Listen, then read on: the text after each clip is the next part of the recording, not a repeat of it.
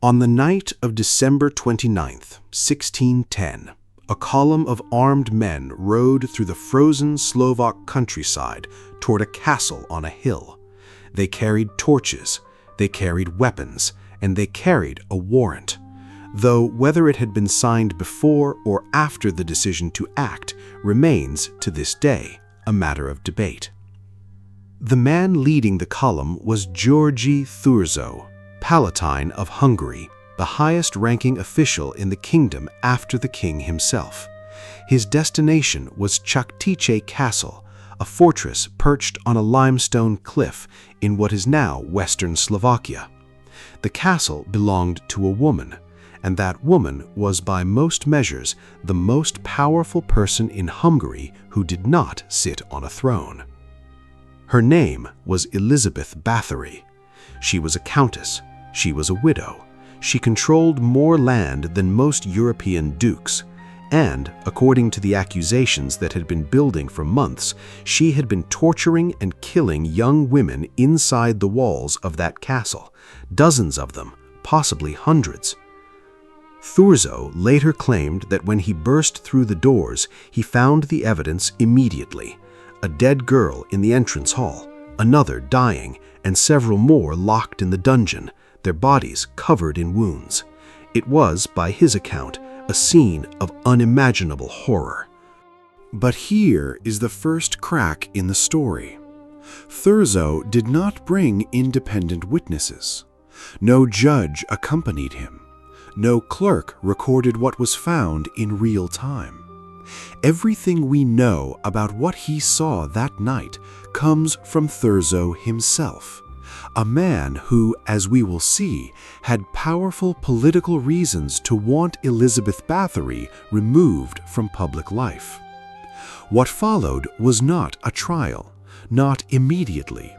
What followed was a negotiation, conducted in private between Thurzó, the king, and Elizabeth's own family over what to do with a woman too powerful to execute and too dangerous to free.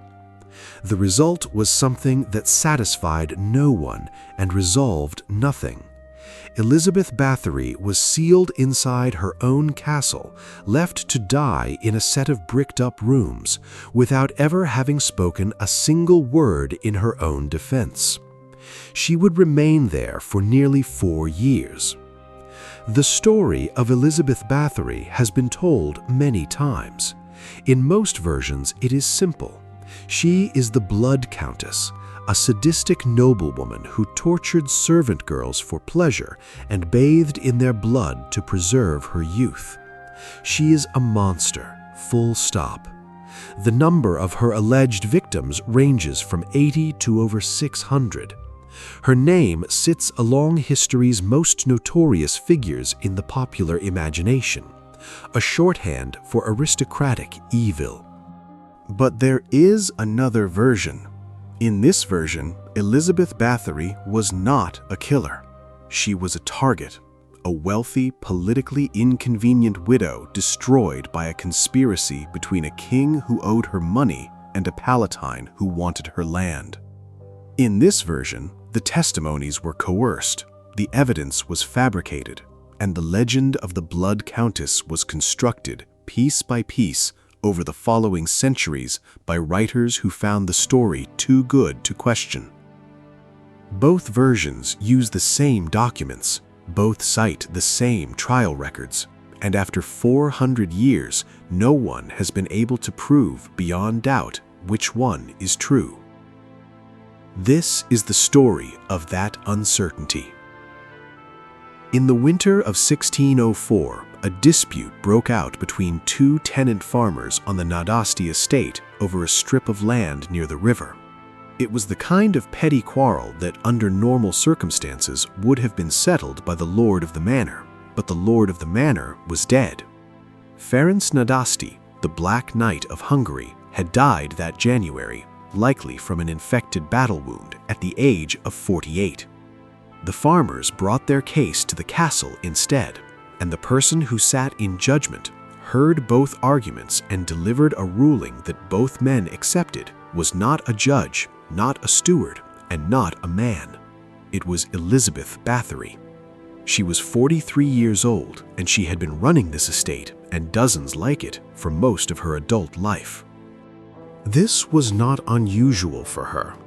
Elizabeth had been born into power and trained to wield it. The Bathory family was one of the oldest Protestant dynasties in Central Europe. Her uncle Stefan became king of Poland. Her cousins governed Transylvania. She herself was literate in Hungarian, Latin, German, and Greek, an education almost unheard of for a woman in 16th century Europe. She had married Ferenc Nadasdy at 15. The marriage was political, a merger of two great houses, but it was also, by all surviving evidence, a functioning partnership. Nadasdy spent most of his time on campaign against the Ottoman Empire. Elizabeth spent most of hers making sure there was an empire to come home to. She oversaw harvests, collected rents, maintained diplomatic correspondence, and managed a network of properties stretching across what is now Hungary, Slovakia, and Austria. The Nadasdy Bathory holdings included Chaktice Castle, Sarvar Castle, estates in Pozsonyi, and dozens of villages. Elizabeth governed all of it. There was another side to life at Chaktice that rarely appears in the legend. Elizabeth was a mother of 4, Anna, Cataline, Orsholia, and Paul. And surviving letters show her negotiating marriages, managing dowries, and writing to her children with unmistakable warmth. One letter to her daughter Cataline closes with a line that could have come from any anxious parent. "Do not forget to wear the fur-lined coat. The cold in Pozsonyi is not to be trusted." It is a strange detail to reconcile with the image of a woman who supposedly bit the flesh from her servants' faces. But that is precisely the problem with the Bathory story. The human and the monster are asked to occupy the same body, and no one has ever explained how. When Nadasdy died, the political landscape around Elizabeth changed overnight. She became one of the largest creditors in the kingdom. King Matthias II owed the Nadasdy estate a significant sum, money lent to fund the long Turkish war. A living, powerful Elizabeth Bathory could call in that debt. A disgraced one could not. At the same time, Georgi Terzo was consolidating his position as Palatine. He was ambitious, politically sharp, and fully aware that the Bathory Nadasdy holdings represented the single largest block of noble wealth in Hungary. If Elizabeth fell, that wealth would be redistributed. Terzo intended to be in the room when it was. There is no single document that proves a conspiracy, but the alignment of incentives is difficult to ignore. A king who owed money, a Palatine who wanted land, and a widow whose only protection, her husband's military reputation, was gone. The rumors began almost immediately.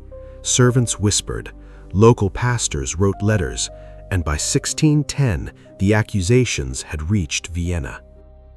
The first recorded complaint appeared in 1602, when a Lutheran pastor named István Magyari raised concerns about deaths at Chaktice during a public assembly. Nothing came of it.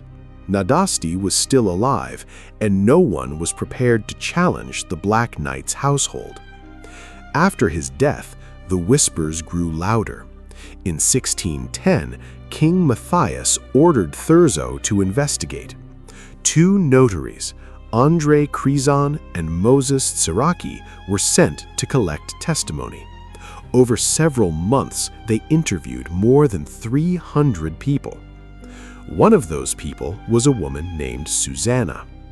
She was not a noblewoman. She was not a scholar. She was a servant, one of many who had worked in or near Chaktice Castle. And when the notaries sat her down and asked her what she had seen, she told them things that, if true, described a house of horrors. She described girls brought to the castle under the promise of work. She described screams from the upper floors that lasted hours. She described a morning when she entered a room and found the walls streaked with something dark and wet, and a girl lying in the corner who was no longer moving. She said she had counted the bodies, not over a lifetime, but in a single week. The number she gave was 36. 36 in 1 week. The notaries wrote it down. Other testimonies echoed hers, though the details shifted. Servants described girls beaten with clubs, burned with heated irons and keys, pricked with needles under their fingernails, left naked in the snow until they froze. Some claimed Elizabeth forced girls to stand in ice water for hours. Others described a device they called an iron cage, a contraption too small to sit or stand in, suspended from the ceiling while the victim was prodded from below. The numbers varied wildly. Some witnesses spoke of a handful of deaths, others claimed dozens. A servant named Fichko eventually stated that the total number of victims was around 650. 650! If true, it would make Elizabeth Bathory the most prolific serial killer in recorded history, a figure so extreme that it should, in itself, invite skepticism. And there are reasons for skepticism. The testimonies were collected by agents of the Palatine, a man with a direct political interest in the outcome. Many witnesses were servants or dependents who could face punishment for failing to cooperate. The interviews were not conducted under oath in a formal court, and the most extreme claims came almost exclusively from second or third-hand accounts. "I heard from a woman who heard from another woman that" is a phrase that appears in various forms throughout the depositions. Was Susanna telling the truth? Was she repeating what she had been told to say? Was she describing real events she had witnessed, or stitching together fragments of rumor into a narrative that the notaries wanted to hear? There is no way to know. She spoke, the notaries wrote, and the document was sealed. Her voice, whatever it actually said, now belongs to history.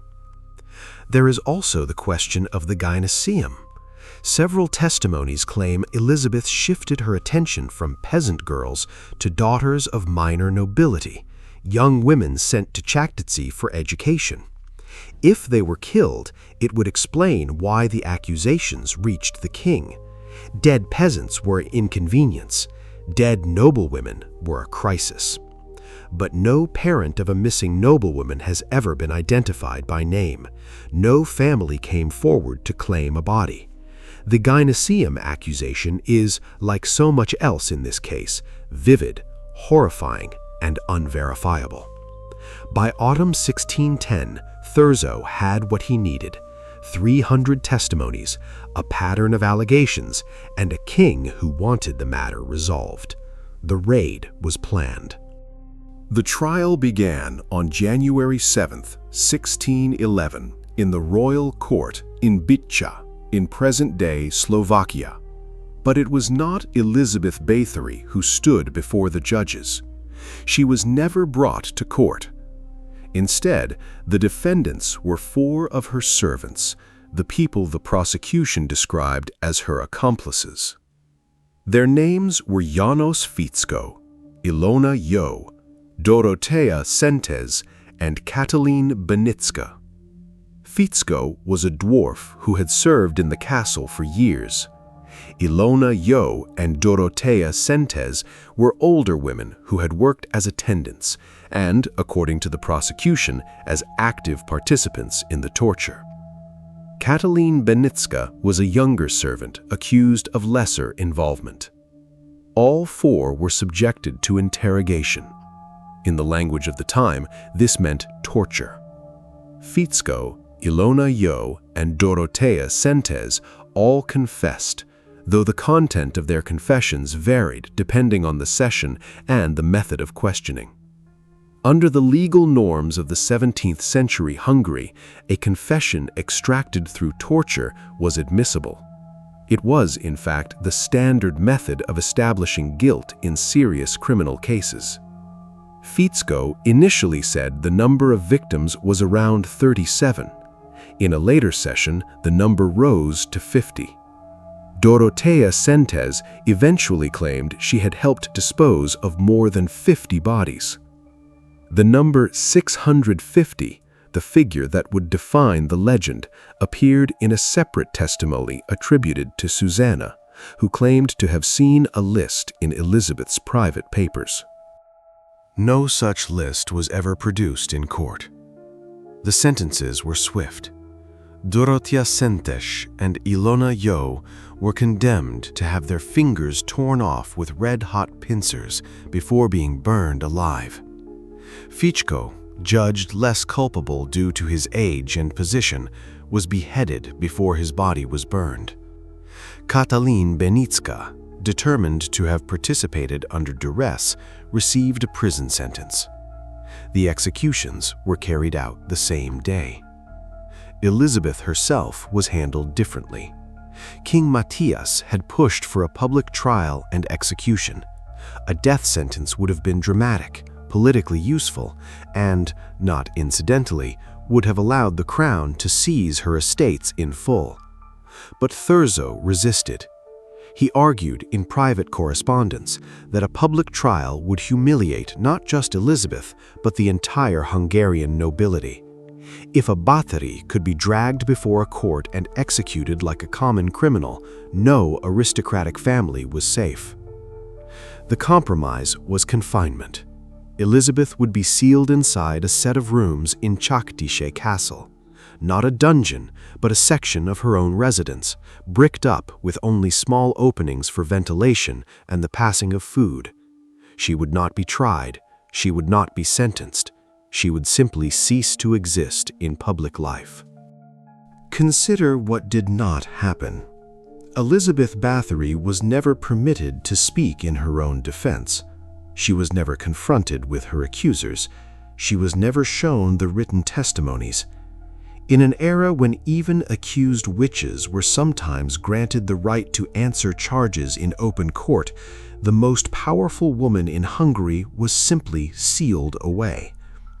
Thurzo himself, in a letter to his wife, described the arrangement in bluntly transactional language. The family keeps its lands, the king gets his debts forgiven, and the countess disappears.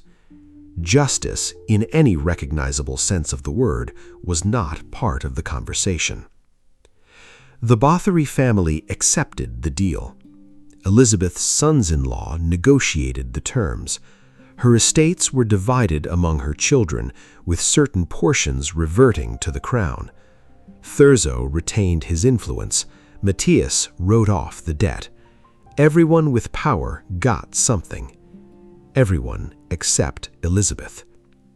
The arrangement tells us something important. If the authorities genuinely believed they were dealing with a woman who had murdered hundreds of people, the logical response would have been a public trial, a demonstration of justice, a warning to others. Instead, they chose silence. They chose a deal. They chose to make the problem disappear as quietly as possible.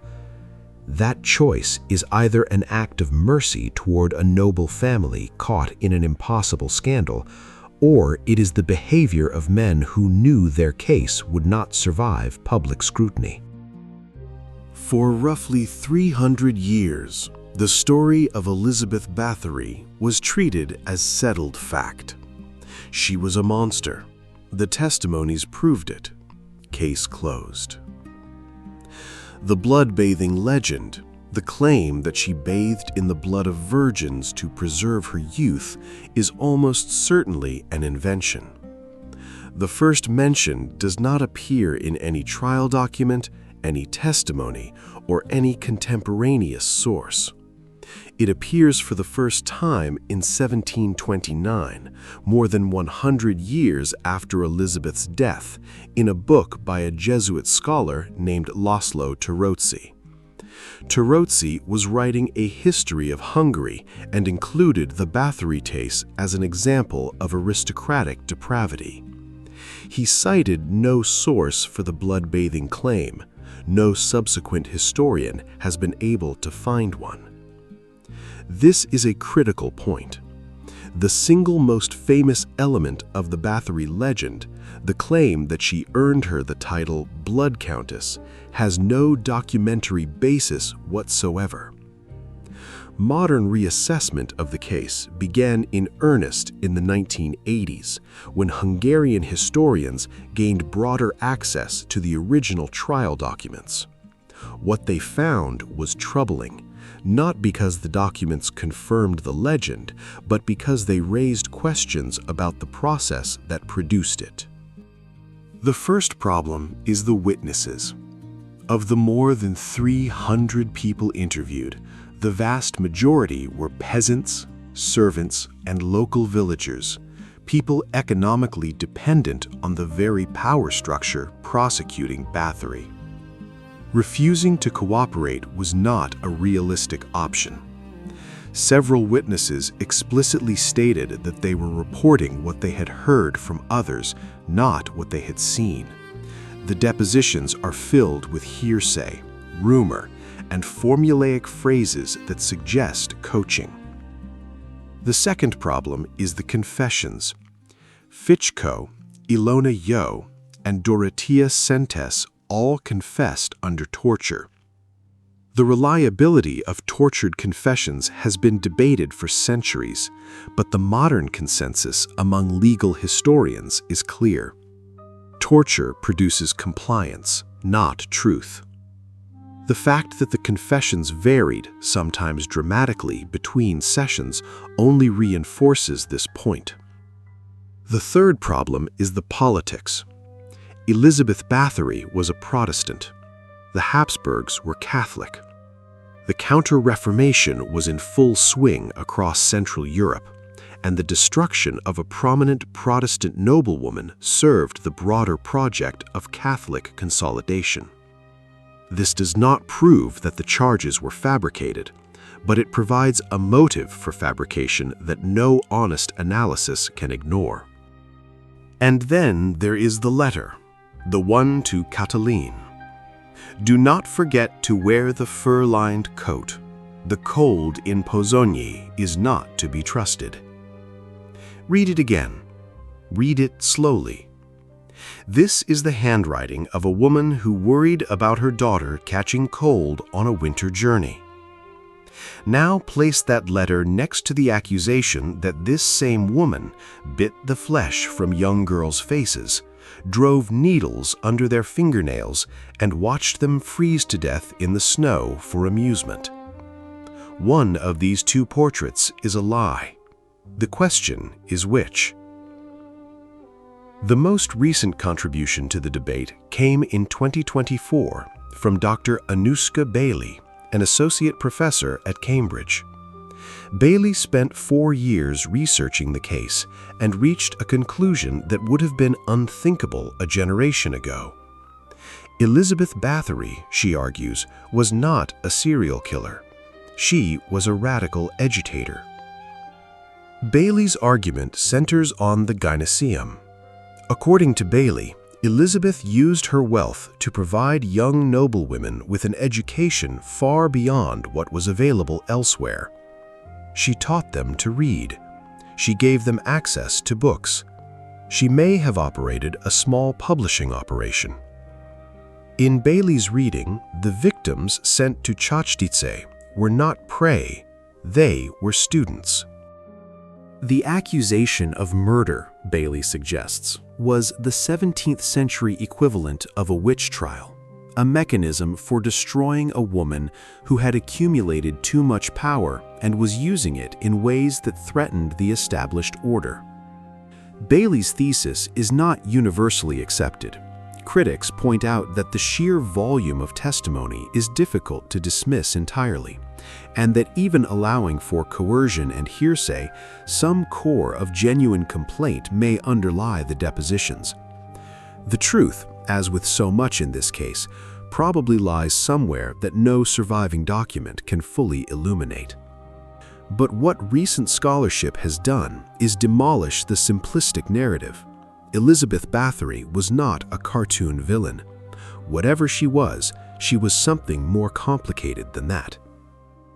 Elizabeth Bathory spent the last 3 years and 8 months of her life inside Chuktice Castle. The exact conditions of her confinement are disputed. The popular version, that she was bricked into a single room with only a narrow slit for food, may be an exaggeration. Court records suggest she had access to several rooms and was attended by a small number of servants. But she was not free.